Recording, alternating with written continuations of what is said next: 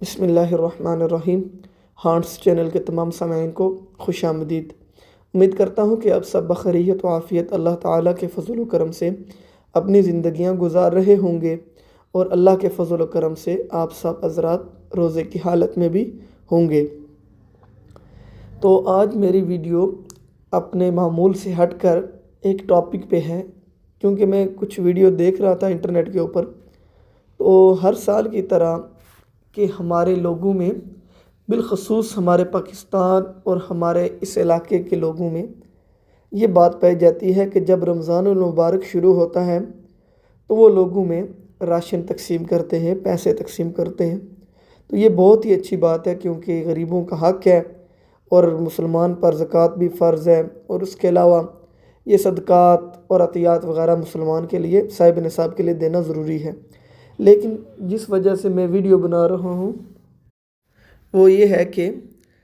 Ration اور غریب لوگوں کو جو چیز تقسیم کی جا رہی ہے اس کی سر عام سوشل میڈیا پر تشہیر کی جا رہی ہے، جس کی وجہ سے ایک بات تو یہ ہے کہ جو اللہ تعالیٰ نے فرمایا، جو آپ صلی اللہ علیہ وسلم کے مطابق، آپ صلی اللہ علیہ وسلم نے جس چیز کا حکم دیا کہ اپنے صدقات، زکوٰۃ، عطیات اس طریقے سے دیں کہ ایک ہاتھ سے دیں اور دوسرے ہاتھ کو پتہ نہ چلے، ایک تو اس بات کی بالکل نفی ہو جاتی ہے، اور دوسرا یہ ہے کہ اس وجہ سے جن لوگوں کو یہ راشن وغیرہ تقسیم کیے جاتے ہیں یا جو پیسے وغیرہ تقسیم کیے جاتے ہیں، ان کی سوشل میڈیا پر پکچر لی جاتی ہیں، ان کی ویڈیو بنائی جاتی ہیں، جس سے ان کے جذبات مجروح ہوتے ہیں اور ان لوگوں میں ندامت پیدا ہوتی ہے۔ حالانکہ یہ غریب لوگوں کا حق ہے، اور ہمارے لیے جو لوگ صاحب نصاب ہیں ان کے لیے دینا ضروری ہے، لیکن پھر بھی جب بھی ہم ان کو ان کا حق پہنچاتے ہیں، ان کے لیے یہ بات باعث ندامت بنتی ہے۔ تو جس کی وجہ سے اللہ تعالیٰ ہمارے اس عمل سے خوش ہونے کے بجائے اللہ تعالیٰ ہمارے اس عمل سے ناراض ہوتے ہیں، کہ اللہ تعالیٰ کے یہ اصول ہے کہ اللہ تعالیٰ مقدار کو نہیں دیکھتے، اللہ تعالیٰ